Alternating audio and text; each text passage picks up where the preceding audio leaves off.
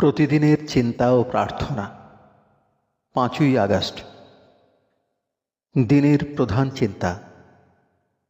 আমিত্বের কোলাহল যখন থামিয়া যায়, তখনই আমরা শান্তি ও চিত্তস্থিরতা লাভ করি।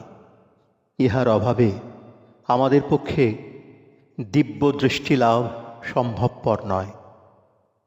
মুখস্থ করা যায়, তোমার পুণ্য হস্তের পরশ একমাত্র অলঙ্কার মোর। তব সহাস্য দৃষ্টি ঝরাই আমার উপর যেন অজস্র সুগন্ধ কুসুম। আমি এবে কুড়াই সে পুষ্পদল, আনন্দ আবেশে দিন রাত। ছড়ায় তাহারা স্বর্গের সৌরভ, তোমারই পরম আশিস। উপদেশ। যদি আমরা সাহসের সঙ্গে সত্য সত্তার কাছে আত্মসমর্পণ করি, তবে আমাদের কি হইবে, এই প্রশ্নই উঠিবে না।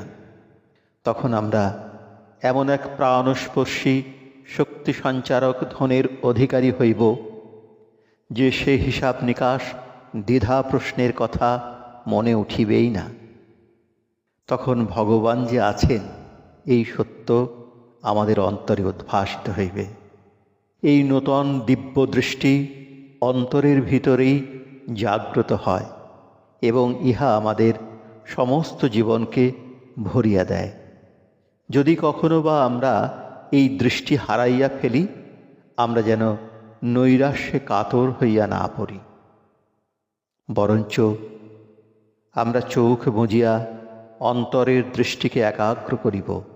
তবেই আমরা আর অন্ধ হইয়া থাকিব না, নিজেদের আধ্যাত্মিক দর্শন শক্তি ফিরিয়া পাইব। প্রার্থনা। হে দয়াময় প্রভু, আশীর্বাদ করো যেন আমি আমার হৃদয়ে তোমার প্রেম ও জ্ঞানের ধারাকে প্রবাহিত হইতে দিই। ইহা যেন মুক্ত স্রোতে আমার সকল তুচ্ছ স্বার্থ চিন্তাকে ধৌত করিয়া দেয়। আমি যেন নিরন্তর তোমারই দিকে আমার দৃষ্টিকে নিবিষ্ট করিয়া রাখিতে ভুলিয়া না যাই।